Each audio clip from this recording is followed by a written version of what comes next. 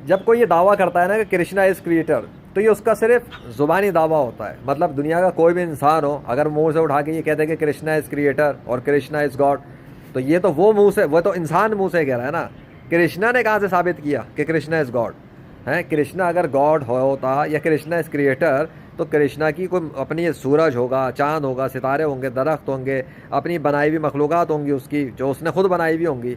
अभी तो ज़मीन और आसमान की जितनी मखलूक़ात है नेचर की, ज़रा YouTube channel God of nature पे जाके देख लो। ज़मीन और आसमान की जो बहुत सी मखलूक़ात है नेचर की, वो तो किसी एक खुदा का नाम लेती हैं सिर्फ।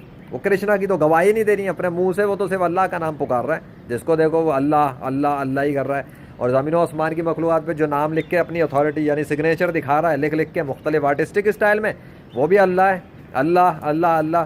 तो कृष्ण अल्लाह तो अपने क्रिएटर होने को दिखा रहा है, कृष्णा तो दिखा ही नहीं रहा, तो कृष्णा कैसे खुदा हो गया? दावा है तो सबूत कहाँ है?